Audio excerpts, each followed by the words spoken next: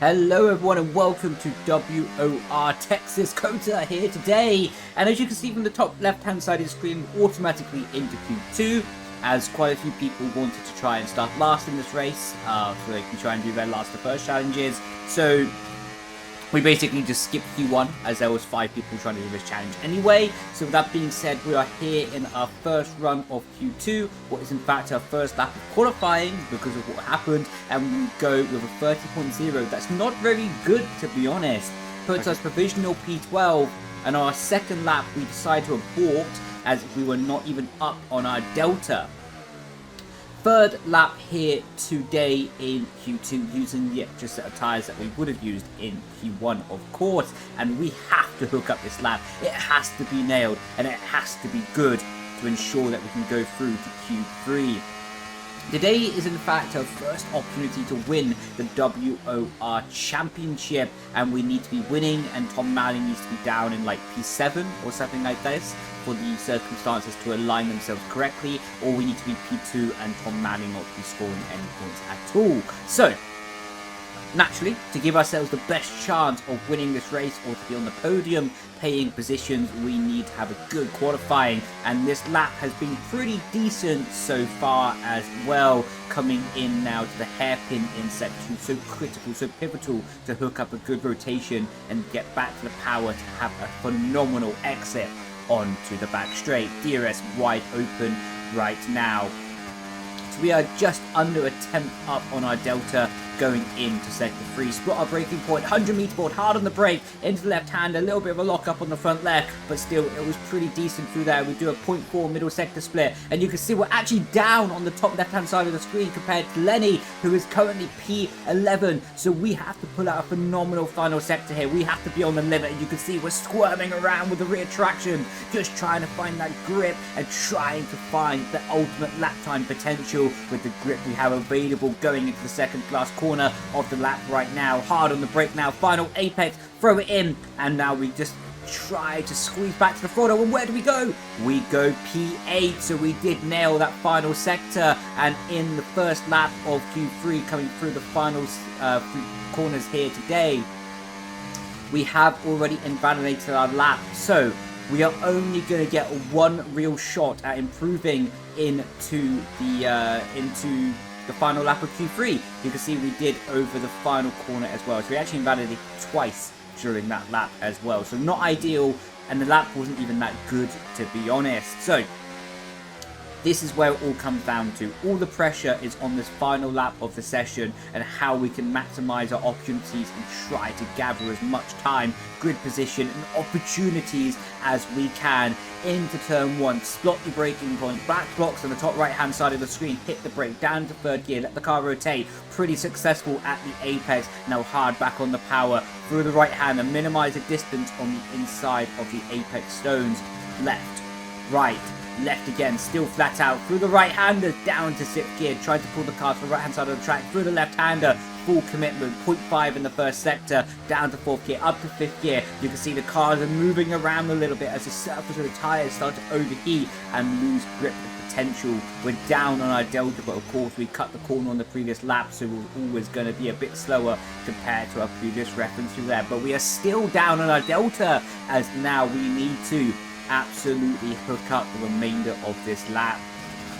Spot the braking point, 100 meters before the corner, hard on the brake, cut as much as you feel you can, and we did that pretty well through there. Now pull the car back over to the left, 3-1-6 middle sector split, and that's pretty decent. The traction was nice as well, and now bring the hard over to the right hand side of the track to throw it into the left, and the traction was once more very decent out of that very slow traction zone into the second to last corner of the lap. Now throw it in through the left hander, and that was pretty nice as well. Not really high risk, not really high reward. Through the left hander again into the final apex, onto the power, and we go P5 with that in fact, and that is going to be us done for qualifying. And we are just going to be 1/10 away from the pole position, and considering we only had one lap to get that done and we couldn't risk everything on that lap, that was a pretty successful situation to master, to be honest, to get the most out of. But now we're on the grid with 2, 3, 4, 5 lights here. Our championship rival Tom Manley just up ahead of us, and now we're going to get a pretty clean start, and we're going to be covering the inside. But Joris is just going to come from absolutely nowhere and hit us into Istvan Pukki. Pukki goes around, and that is a disaster, absolute disaster of a start. You can see Joris now amidst the blame lets us pass as well. We're going to see a quite replay of this, to be honest, because it is just horrendous. Yeah, you can see going up the inside, and Joris just throws it up the inside and pushes us into Istvan Pukki and causes carnage behind us. So yeah, literally nothing I could have done in that situation. You can see we're still P5, and I'm asking for damage because the car just... Are we sure? The car is super understeery. You can hear me just saying the car feels so understeery. And yeah, we're going to have to deal with that for the rest of the race now. And you can see for the left-hander, we're just losing so much time to the cars ahead during these corners, and we're really inability to rotate the car with the understeer that we have to deal with. Looking down the inside of Lenny here on lap 2, just trying to make up these positions nice and early, because I know once the tyre starts to wear and once it starts to degrade, this understeer is only going to get worse and worse and worse and worse. So we try to make up those positions nice and early that we can look after the front tyre for the remainder of the stint and try to hang on and make the best of our situation. See lap 4 now, try and look down the inside. We're not really risking that much and not trying to be silly and stupid and just do a dive bomb out of nowhere. And now you can see here on lap 4 just starting to settle in a little bit. We still have a very high battery percentage, so that's still in our favour. But you can just see the car is not turning. It is just really starting to struggle for the rotation of the front axle. You can see we do go down the inside here of Lenny in turn 1, but we get the car slowed down and we do not make contact at all. And that's what you need to do.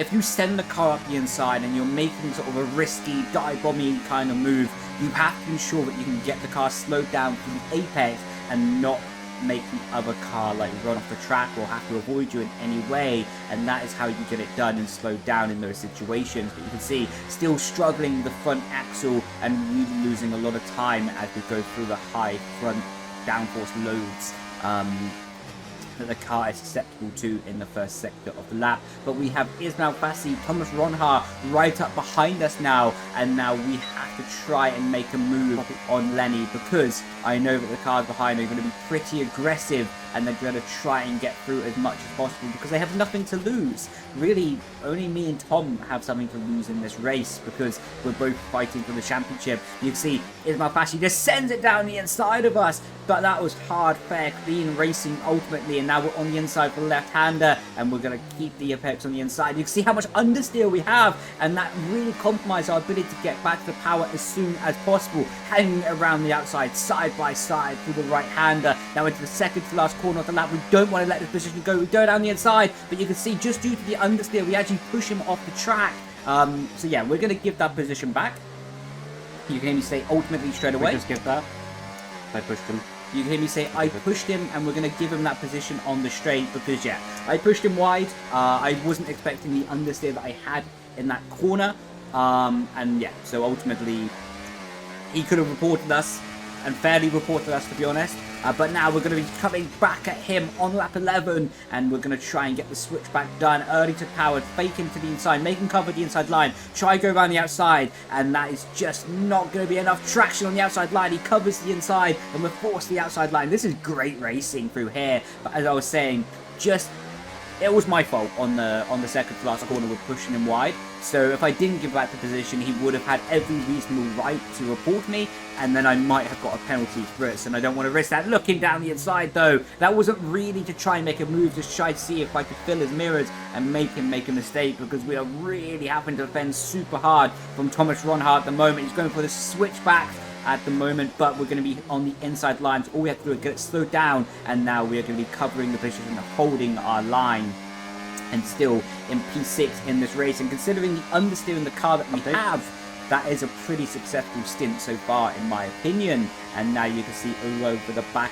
Ismail Fassi. Thomas is all over the back of me, and you can see we hold the outside line as Ismail Fassi just sends it down the inside of Lenny. They're side by side. We're going to see if we can sniff out an opportunity and try and get past Lenny and or Ismail in these situations. You can see the rear of the car just squirming around. Lenny goes down the inside. We're going to try and look around the outside, but just not enough grip to try and carry the momentum around the outside of Lenny in that situation. You can see Thomas all over the back of us now. We don't really have that much battery left. Maybe We're going to try and fight it. We're going to try and hold the position, but just it's not going to be that easy to do in that moment. Thomas goes down the inside, and we have to avoid him, and we've got a corner cut warning instead. And yeah, we had to avoid him. That warning was removed in the stewards after the race. Later in the video, you're going to see why that is important as well. Tom sends it down the inside of Lenny. Lenny does the switch back and gets the position back from Thomas as well. But yeah, we had to take avoiding action, and now on lap 15 we're going to be diving into the pit lane with Lenny, and some cars have already done their pit stops and are already starting to undercut us as well. Joris behind us as well into the pit lane, same with Tico, Hardy. So yeah, I think Schnacke and Reese are the people who have undercutted us so far and went on lap 14. Strapping on a new set of the medium compound tyres, and again we're going to have to really struggle with the understeer that we're facing with this car on this track in this situation because of lap 1. You see having to take a little bit of avoiding action of Reese as he was on the outside line, of course, with his tyres already being nicely warmed up ahead of the first sector split. And now Schnacke is getting double overtaken by Lenny and Reese, and he's going to try and fight it around the outside line, and now into the right-hander. You can see they're fighting super hard, and now if we could try and use this opportunity as Reese sends it down the inside, and now side by side on Schnacke on the exit, and we try to look up the inside, but no room given there, and we're going to have to fold back into line and just try to play our opportunities as smartly as possible to maximize anything in this race.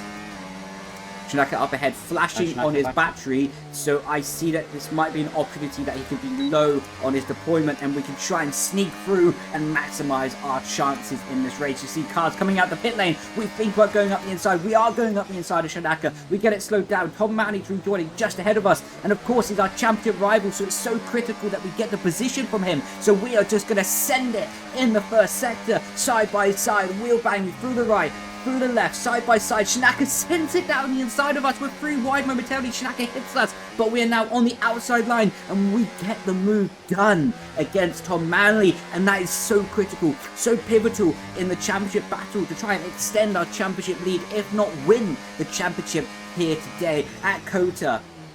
And we are provisionally P3 in this race, and you can see we've got Lenny, Reese with teammates up ahead, so we can try and use that to our advantage as well and follow them through during the stint. Of course, I know with the understeer that we have, it's going to be a difficult stint, but still we're in a great opportunity to maximise our chances as Reese hits the back of Lenny going in. Do you think that warning from earlier of the battle from Thomas can be removed? You hear me asking if that warning can be removed from the battle of Thomas earlier, but that did get removed in the stewards as I talked about earlier in the video, and now we have a new challenge. Nicholas Longue is just holding everyone up.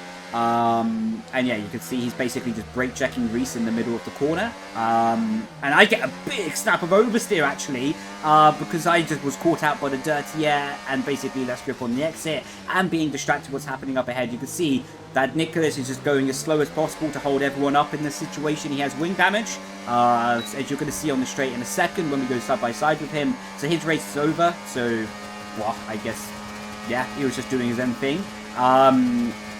You see we go down the inside of Tom Manley trying to get the position, and now we're going to be side by side with Tom going in to the final sector of lap 18, side by side, trying to hang the car around the outside, but just not enough grip for us to do that. Now we're looking around the outside, and Nicholas actually hits us again in the braking zone. So yeah, a pit stop longer, and then they made the contact with us, but that's irrelevant now as we're trying to maximize our opportunities to go down the inside of Reese, who has 9 seconds of penalties. And now side by side with him, we do get the move done. We leave a little bit of room on the apex, but he was just not committing, so he was able to sweep in with a better racing line. But this is going to be such a challenging few laps now, and we're going to be 7/10 behind Tom Manley on older tyres and mass understeer from the front wing that, of course, I've talked about so many times in this video, but you can really see how much the car is understeering through the left-hander. It's just not gripping, it's not biting, it's not giving me the friction that I'm looking for. Now, lap 20, we have very low battery, and Tom Manley is on the edge of the DRS of Lenny. So, if Tom gets a DRS at the right time from Lenny, it's going to be super risky and super difficult for us to try and keep in the DRS of Tom. You can see lap 21 coming through the first sector. We have basically no battery, and you can see going through the curves here how much time we're actually losing to Tom due to the understeer, and every single time we go through a corner we are just losing ground to him, and that's really hurting us and really minimizing our opportunity to get back into that DRS, and we don't actually get DRS to him in this second sector split. So we have to start thinking and try to react. I tried using a bit of battery in the hope that maybe we could catch up to Lenny, but just didn't work out, didn't happen. You see they're 2 seconds up the road now. You can see we do not fight against Ismail and Jake and let them go past. You can see Ismail has 13 seconds of penalties, Jake has 10 seconds of penalties. I have a 3-second penalty, but that will be removed after the race as well. So this is my strategy right now. Try to just keep up with them, save my battery, use the DRS, and just be towed along for the remainder of the race. But you can see how much time we're going to be losing in sector 1. It starts at 6.5 attempts going into the sequences, already up to 7, up to 7.5. And bear in mind that Jake has slightly more dirty air than us, and you can see on the exit it's almost 8 attempts of a second. Of course, dirty air is very minimal in this year's game, but still it will be hurting him a little bit more. It would have been hurting me in that situation, just showing how much time we're losing during the high-speed corners. Thomas Ronha, we decided to let him go past because I wanted to use his DRS. I didn't want to re-overtake him on this straight because it just doesn't help me, doesn't help my race, but I wanted just to use that DRS so I didn't get double overtaken by so many cars on this straight, and hopefully he could have reconnected to the DRS of Jake in that sector, and we could have actually worked up and started using each other's DRS to try and catch back up. But you can see Julian is up behind us, and we decide not to use our battery, and we're not going to be fighting it into this corner simply because I just don't have the grip anymore. I don't have the rotation in the car. You can see understeering the outside white line there, even while going slower than the 2 cars ahead, and just really trying to fight for survival in this race. Lap 25, you can see we are P7 in this race. Lap 26, on the edge of the DRS from Julian, and that is going to be so difficult, I should say, to try and keep up, and it was impossible to keep up. The gap is 1.8 seconds now, and on the final lap of the race we are starting P7 with Shanaka and John Evans behind us, and we have to just survive on this lap. I don't want to play DRS games either. I still want to keep the racing normal and not just relying on a DRS chicken to try and maximize the position. So I'm saving a lot of battery right now, and my goal here is I pretty much know that Shanaka is going to get past. I know that Shanaka is going to get past unless he makes a mistake. My goal is to try and hang on to the position ahead of John, and then the cars behind him as well, so we can still be finishing P8 before penalties are applied or removed in this race as well. You see Shanaka goes down the inside of us. Pretty smart from him to try and slow us up on the apex, but ultimately we're still able to get a very good exit, and now trying to break the slipstream down the straight, not leaving too many times, though otherwise that would be against the regulation. And we are so close, almost staying ahead of John, only by like 50 meters of the straight. We missed out just from the slipstream. Tycho Hardy and John Evans battling up ahead, see if we can try and maximize and get a position back. And now you can see the front tires are just gone, and they are washing out from the apex at every opportunity. And now trying to go around the outside of Tycho Hardy, but just not quite getting it there. And he does leave us the racing room on the exit, so fair play for that. But yeah, we're going to be coming across the line in P10 after penalties were applied. Penalties were removed as well. We did end up finishing P7. So going into the next race, that'll be Austria. We need to basically be P1, and Tom needs to be P4 to win the championship. So we're still in such a strong position. We've got 39 points in the lead of the championship with only 3 races to go. So it's not signed, sealed, and delivered, but we have a very good opportunity to be winning this WOR championship, and then that would be, of course, fantastic leading into F1 esports later in the year. So everyone, thank you so much for watching, thank you so much for the support, and I will catch you in the next video. Grazie, ciao ciao, bye bye.